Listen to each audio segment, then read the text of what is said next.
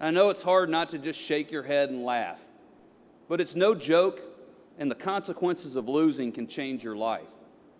Just ask Matthew Kimling of Evansville, Indiana.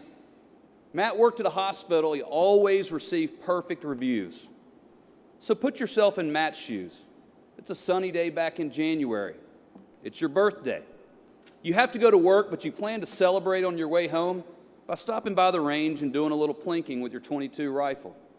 Sounds like a pretty good way to spend your birthday. So you make your rounds and everything's going fine, and you get a call from your boss. He wants you to stop by his office. It's the beginning of a new year, it's your birthday, maybe you're getting a raise. So you walk into your boss's office and the HR director's there with him. They shut the door, and then the real reason for the meeting becomes clear. When they ask you if you have any weapons in your truck. Well, yeah, I have a .22 Target Master rifle. I'm heading to the range after work. Folks, that ended the conversation and ended Matt's 23-year career. They fired him on his birthday. They kicked him out of the building and wouldn't even let him clean out his locker. Matt's gun was unloaded and locked in his truck. They didn't care. Matt didn't have any ammo. They didn't care. Matt had a right to carry permit. Now, they sure as hell didn't care about that. All that mattered to them was a stupid hospital policy banning firearms in the parking lot. Folks, that could have happened to any one of us, and it's an outrage. That's the reason we fight for workplace protection laws. We got one in Indiana this year, but not soon enough to save Matt's job. He's here today, Matt is. Matt, I promise we will keep fighting to make sure what happened to you does never happen to anybody else.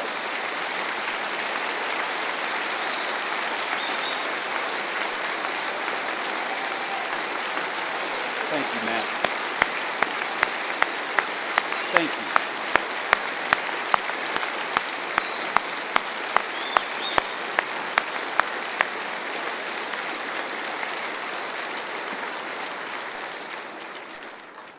We're not afraid to go up against anybody who tries to stand between you and your rights. And that includes the Attorney General in my home state of Tennessee. He claims to support the Second Amendment. But he recently said landlords can ban you from having a gun in your apartment or rented home. That's economic discrimination. Think about it. If you've got the money to own your home, you can have a gun. But if you can only afford to rent, you're out of luck. No money, no freedom. These laws make civil rights a joke. And when that kind of arrogance is allowed to stand, it endangers all of our rights. What if your landlord bans you from reading a newspaper or from having a Bible in your home? Americans wouldn't take that for a second, and we won't either. We're going to fight as long as it takes, because no landlord, no boss, no attorney general, nobody should be able to make it illegal for you to protect yourself and your family.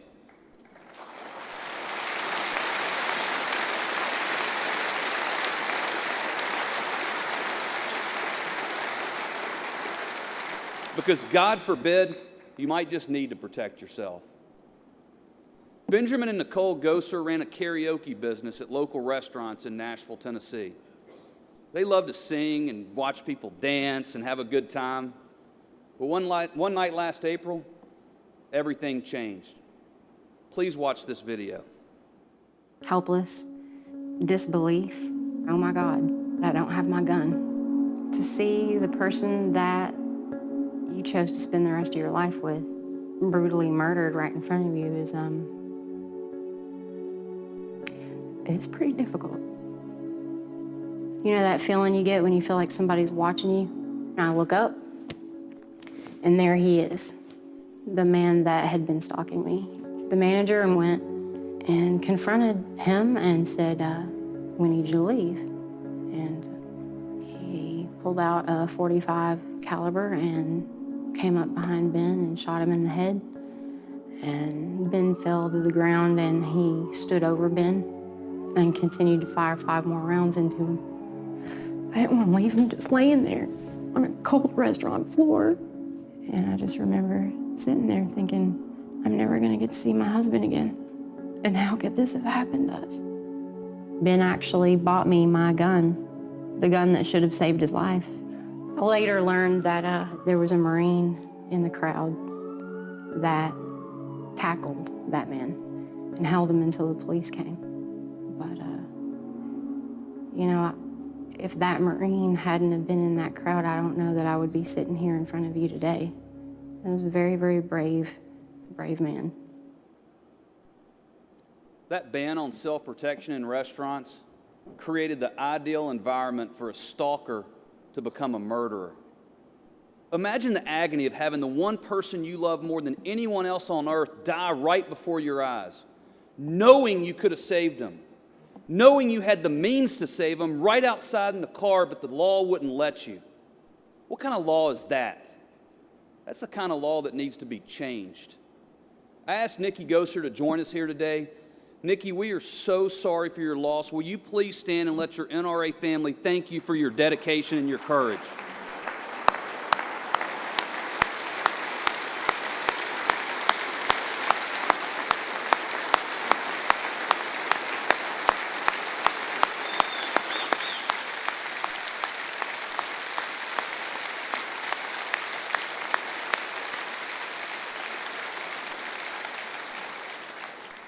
With Nikki's help, we continue to fight for restaurant carry in Tennessee. In the last year, we've passed it twice with overwhelming margins, and Governor Phil Bredesen vetoed it last year. Governor Bredesen, I hope you're listening, because we will not back down, we will not go away, and Governor, we're going to be around a hell of a lot longer than you are.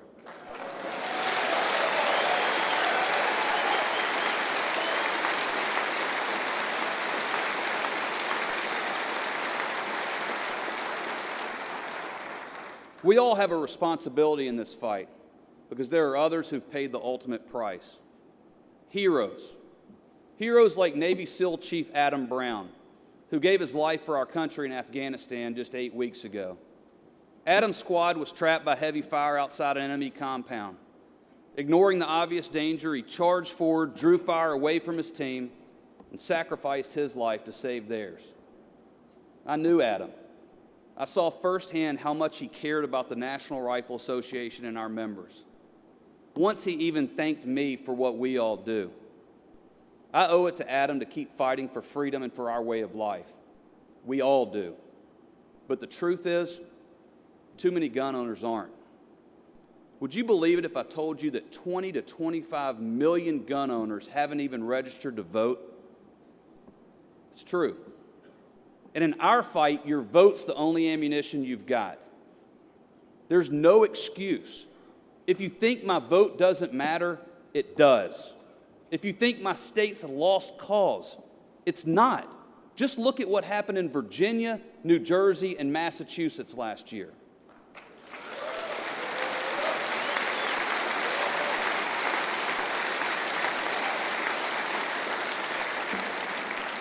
In Virginia, we replaced an anti-gun governor with a pro-gun governor and won 61 out of 62 races.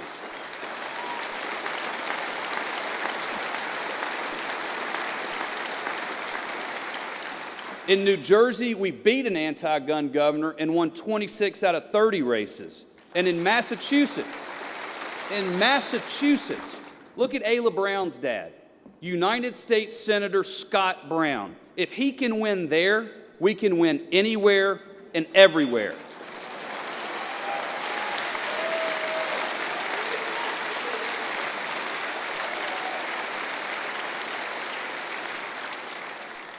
But we won't keep winning if tens of millions of our fellow gun owners continue to sit on the sidelines. So spread the word. If you don't like the way our country's going, don't just sit there and gripe about it. Do something about it. We owe it to every hardworking American like Matt Kimling to make sure that you never have to give up your right to keep your job. We owe it to Nikki Gosser to make sure that no one ever has to pay the price she paid. We owe it to Adam Brown to fight for what we believe in. And we owe it to every soldier serving overseas today to make sure the America they come home to is every bit as free as the America they left behind. We can do this.